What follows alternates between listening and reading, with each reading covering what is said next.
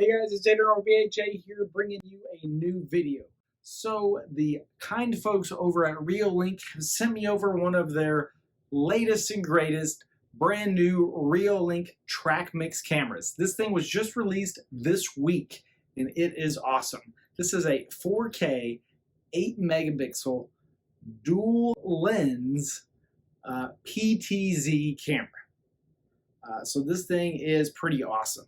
It comes in two varieties. It has the Wi-Fi version or the PoE version, depending on what you're looking for.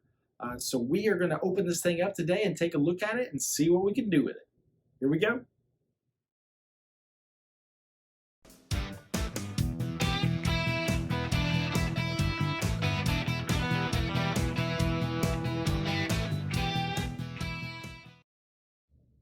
Alright, so let's do a quick run through of what we're going to cover in this video. First things first, we're going to, of course, unbox the camera. Once that's done, let's get this camera installed and get it added into the Reolink app. After we got it installed, we'll go over the config options available in the app, and lastly, I will give you my final thoughts. Let's get started.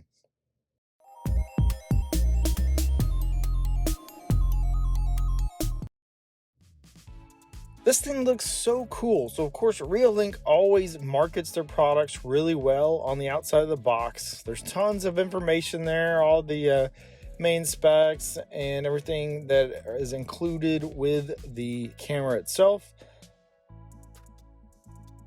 Of course, opening the camera up, we can see that inside the box, one of the first things you get is that little information pack. Right there on the top, and usually has your mounting templates and all of your installation instructions and everything needed to get this thing up and running.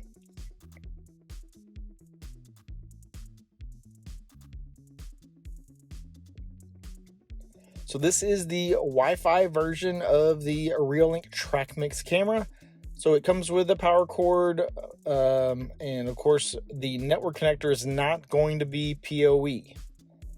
So even though it does have the network cable here in the box, you do certainly have the option to not use Wi-Fi and put this thing on the network, but you will need to use that power cord or a PoE splitter to get this thing powered and on the network. And I will have a link in the description below for a PoE splitter that I use in case that is the route that you want to go. So here is the camera itself. This thing is really heavy duty. I'm not gonna lie, it definitely has some weight to it.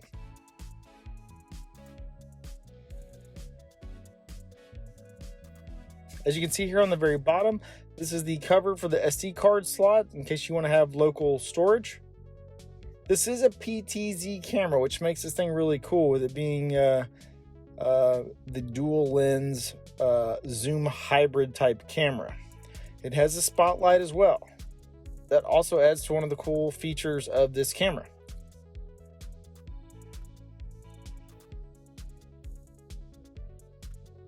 So just going over the main specs of the camera itself, this is a 4K 8 megapixel camera running at 25 frames per second. One of the lenses is 2.8 millimeter and the other is 8 millimeter. This kind of gives you that hybrid zoom solution with the wide angle and the zoomed in angle as well. It also offers both the infrared night vision and the color night vision, since you have that built-in spotlight. We got the two-way audio, so you will have the ability to speak to people on the other end from the Reolink app, which makes that kind of cool. Let's see, we got standard 12 volts on the power. Of course, as already stated, this does have the network port, but it is not a PoE port since this is the Wi-Fi version of the Trackmix. They do have a non-Wi-Fi version that will support PoE capabilities if you're looking for that. On the SD card slot, it supports up to 256 gigs for local storage. That's pretty standard, but definitely a nice feature as well. That's about it on the main specs of the camera. Let's go ahead and move on to the next step and we'll get this thing installed.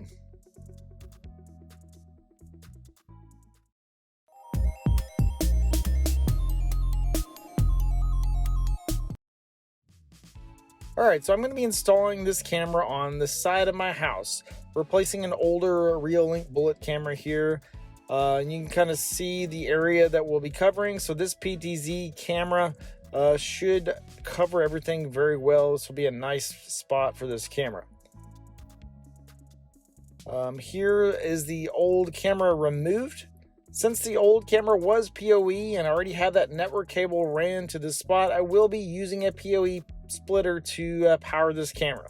It just makes it easier for me since that cable is already ran there. Again, I will have a link in the description below for the PoE splitter that I use. Here is the new camera installed. I opted for some heavy duty screws for mounting it just because with the camera being a little bit heavier, I wanted to make sure that it would hold up there very well.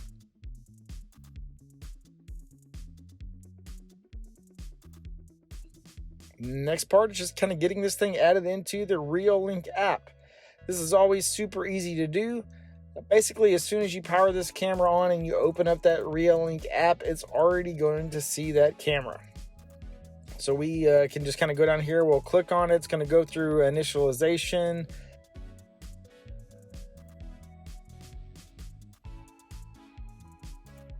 It's going to ask us to set up a password for that admin user. We'll do that here.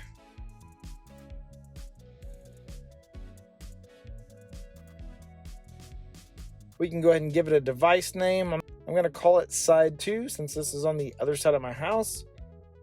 Let's see. This is where it's going to ask for your Wi-Fi SSID and password. And as you can see kind of down there at the bottom, if you have it plugged in and you're not going to use it for Wi-Fi, you can select that there. But it's going to go through and get it added to the Wi-Fi. And there it is. Initialization is finished. We are good to go. This camera is now added into the Reolink app. Let's move on to the next step and we'll kind of go over everything in the app.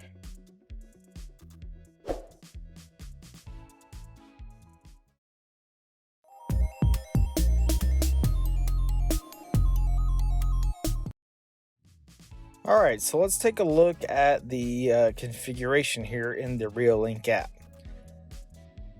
So we click on the settings button in the top corner. First things first, we have the device info right here at the top. Has your serial number, your firmware information, everything's kind of right here.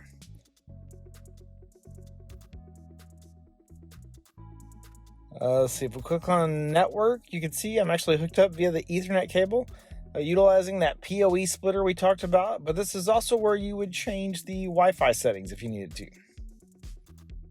Under display settings, you have all of the settings for both the camera images. So like brightness, quality, you can remove the Reolink watermark here if you wanted to. And as you can see, you can make changes to each lens individually. So that's kind of nice. Next, we have device volume. And this is where you can set the volume of that speaker for like when you were talking via that Reolink app. You have the ability to test that volume here as well. Detection alarms. So here we can set up zones if we want to for areas that we don't want to receive alerts on. We also have the ability to set the sensitivity on these sensors. Specifically, we got people motion, vehicle motion, and even animal motion. So that's pretty cool. We have the ability to adjust the tolerance level, which is kind of how long an object can be detected before triggering an alarm. So as you can see, there's a lot of things we can adjust here. Let's see, object size. We can set minimum and maximum object size limits to be alerted on. We have the ability to turn on auto tracking for both people and vehicles, so that's kind of cool.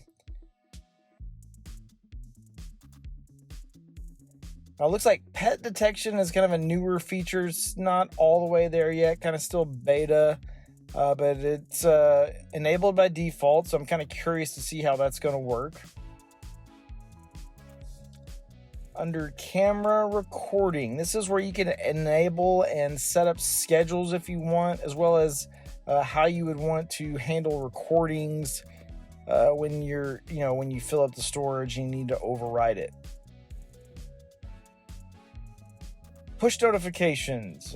This is pretty self-explanatory. You can enable these here and you'll get alerted as the camera triggers, as well as push schedules, which will kind of allow you to set times for when you get those push notifications or not. If you don't like push notifications, we can even set up email alerts here as well.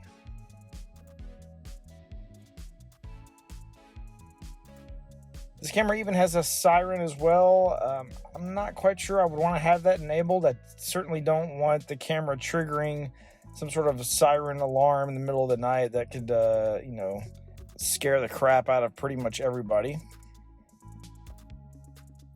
Let's see, we have the ability to share the camera with other Reolink users if we wanted to. And of course, here under advanced settings, this is where we have the ability to create additional local users.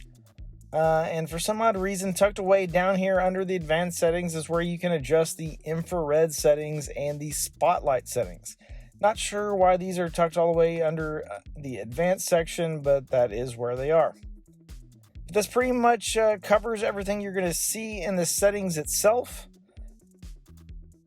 Looking at the daytime image here, you can see the left side is the wide angle and the right side is the zoomed in area. Very clear image though, very nice, looks very nice.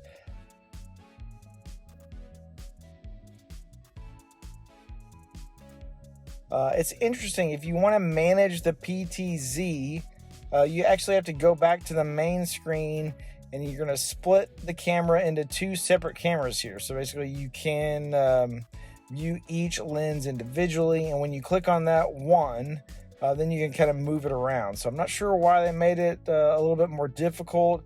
Seems like you should be able to just manage the PTZ right out of the box from the screen with both cameras, but I couldn't get it to work.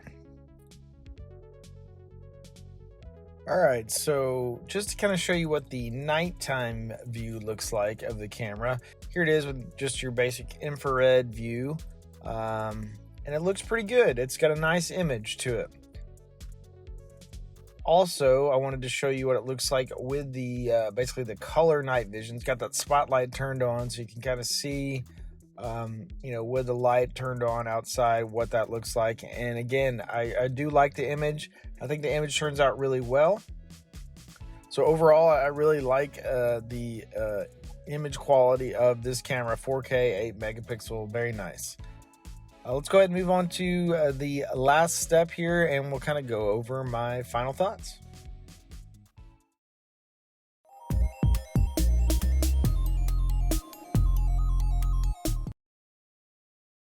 So my final thoughts. This is a pretty cool little camera. I really like Reolink dual lens cameras. I have several of the Reolink Duos already, and they work great. The idea of the dual lens camera that has PTZ kind of makes this just a cool added feature. Very nice.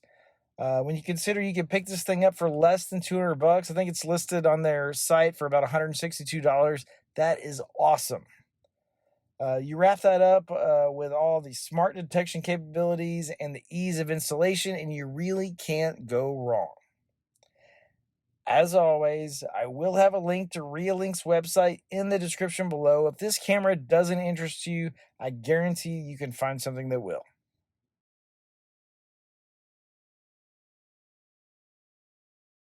I want to thank everybody for donating to my Buy Me a Coffee link. Every little bit helps. If you haven't had a chance, head over to my spring merchandise page and check out all the Burns home automation merchandise. And if you're interested in the latest smart home gear, check out SMONET.